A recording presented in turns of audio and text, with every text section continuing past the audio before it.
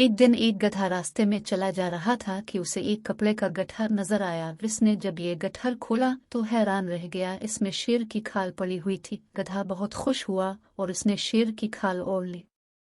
आहा, ये तो बहुत अच्छी है।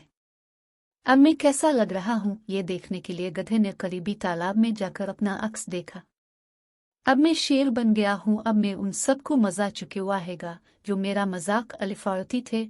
गधा भारी कदमों से जंगल में दाखिल हुआ। पहला जानवर जिसने शेर यानी गधे को देखा वो था हिरन। उस शेर हिरन कांपते हुए बोला और खौफजदा होकर दरख्तों की तरफ भाग गया। कितना मजा आया, गधे ने अपनी कामयाबी पर खुश होकर कहा। इतने में देखा कि बी लुंगड़ी आ रही है। इसने जो शेर को देखा तो खौफ से कांपने लगे। शेर साहब, अब तो बहुत मुअज़्ज़ज़ और बड़े मर्तबे वाले और अच्छे जानवर हैं, अब मुझे ना खाएं। लुंगड़ी गधे के कदमों में गिरकर इससे जिंदगी की भीख मांगने लगी। जल्द ही पूरे जंगल में हलचल मच गई कि जंगल में शेर आ गया है।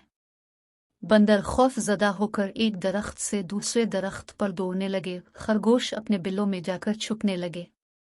कितने मज़े की बात है, अब मुझे उन्हें शेर की तरह दौड़ कर डरा देना चाहिए, गधे ने अपने आप से कहा और फिर शेर की तरह दौड़ा। लेकिन इसकी दौड़ में अलग ही आवाज़ निकली, भैंचू भैंचू। सब जानवरों ने ये आवाज़ सुनी और बाहर आ गए।